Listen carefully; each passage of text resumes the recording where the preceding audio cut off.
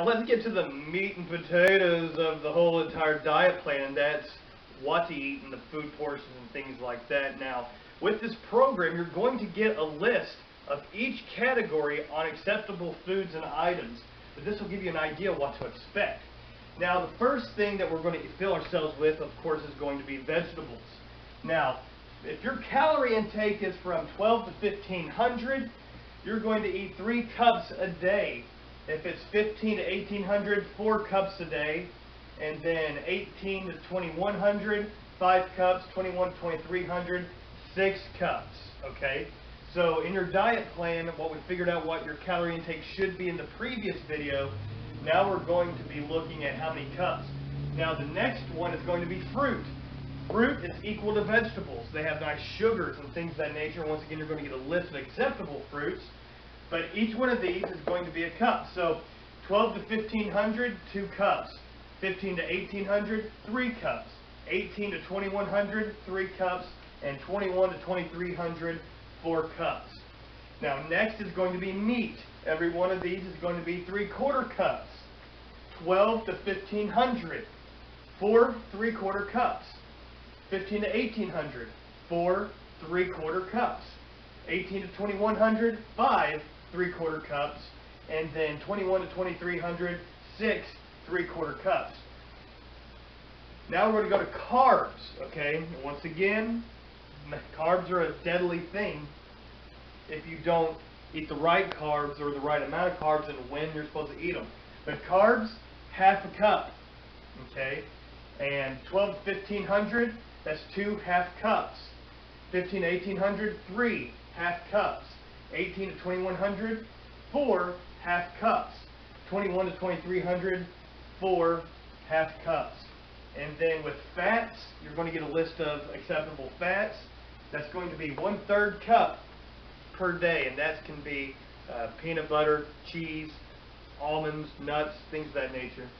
So if you look at this, let's say my goal is 1500, or 1600 about. That's 4 cups of veggies a day. That doesn't sound like a lot. Fruit, that's 3 cups a day. Once again, that doesn't sound like a lot. Meat, I have 4 3/4 cups. Carbs, that's 3 half cups.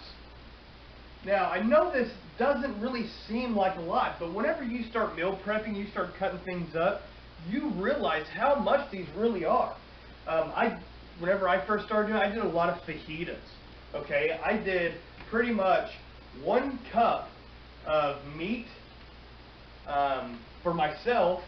I did 1 cup of meat and about 1 cup of vegetables. That made about 2 fajitas. So if you think about it that way, just taking 1 portion from each of these was 2 fajitas. That was quite plenty, and that was a small meal for me. That was usually my afternoon snack or my lunch or something. So if you eat half of your major portions, like what I normally would do is I would eat half my portions at lunch for meat and veggies, and then I would do my fruits for breakfast and snacks, and then I did my carbs. I split up between lunch and supper as well, and then it was really quite a lot of food. So 4 cups, that's 2 cups of vegetables for your lunch and your supper. Whether it be, what I did is I cut up a whole bunch of bell peppers, and whenever I cut up the bell peppers, I also cut up some onions, and I cut up a bunch of different ones, and I put them all in 1 cup. Mixed them all together, put them in 1 cup. So then I had 4 individual containers full of this blend that all I had to do was drizzle a little bit of oil in the pan, throw this in, saute it up, add my shredded chicken or something to it, mix it all together, have my tortillas, which 2 small flour tortillas is a half a cup. So that's, if you wanted to have 6 tortillas, that would be pretty much your entire day. So 3 at lunch, 3 at supper. So don't let these numbers scare you, because once you start meal prepping and start following this plan, you'll realize there really is a lot of food. I did a lot of oats. I did oats for breakfast. I did cereals for breakfast. But I did oats with blueberries, oats with bananas, oats with peanut butter, oats with strawberries. And that was one portion, and then I would mix it in later with my vegetables with a snack. Sometimes I'd take a portion of vegetables, chop them up, bake them, and that would be fruit snacks for later. So this was a whole lot of food that happened all day. A lot of times I had to force myself to eat. I set my alarm, eat this, eat that, eat this, eat that, and then I was like, man, I'm not even hungry. But then I forced myself to eat it, and by the end of the day, I was just full. And eventually I started getting a little bit lazy, and then I only ate when I was hungry, but then I realized I would overeat. So I'd say, well crap, I need to eat this meal and what I can of the meal I just left. The next meal I overate and I felt miserable. So it kept me in check quite often. So now that you have an idea what your calories should be, you stagger them. So say if you're currently at 2,200, week 1 you're going to start off with 6 cups. Say week 2 you're going to drop it down to 5 cups, then 4, then 3. And then say fruit, you're going to start off with 4 cups and move down to 3, 3, and 2. So you can start where you're comfortable and work your way down instead of just going straight into your goal. So what I am doing is, since I'm at 2,400, I should be eating 6 cups a day of veggies just to maintain that weight. Well, I don't want to maintain that weight, so I'm going to go down. I'm going to be eating 5 cups of vegetables a day. And I'm going to do that for a week. And then the second week, I'm going to drop down to 4 cups. And then if I really wanted to put my body, depending on how well I was managing myself, I could go down even more to get that extra boost. But if I'm, say, this is where I'm comfortable, at the end of the day, I was full, but I wasn't overstuffed or I wasn't hungry, then I could, maintain that. So this will give you a better idea of what to expect on your diet plan as well. And like I said, once you sign up and everything, I'll give you that information on what is acceptable to eat, and then I'll also add in a little bit of what good milk replacer shakes you can buy at Walmart or off of Amazon that's cheap and reasonable. What I was doing is I was getting a certain brand of milk replacer shakes. Now I'd buy maybe a 12-pack for maybe $18 or something, and that would last me an entire week or two, depending on how many I needed. Because I was eating 5 meals a day. Sometimes on those days, I would eat 3 meals and 2 milk replacers. And what I love to do is I love to get a milk replacer, and that would take a fruit usually, because a cup of almond milk is usually one of your fruit, things of that nature. But I would blend it all in, and I would put some bananas and blend it all together. So there's different ways you can do it, but it's really not as bad as you think it is. So let's go ahead and take a look at that list.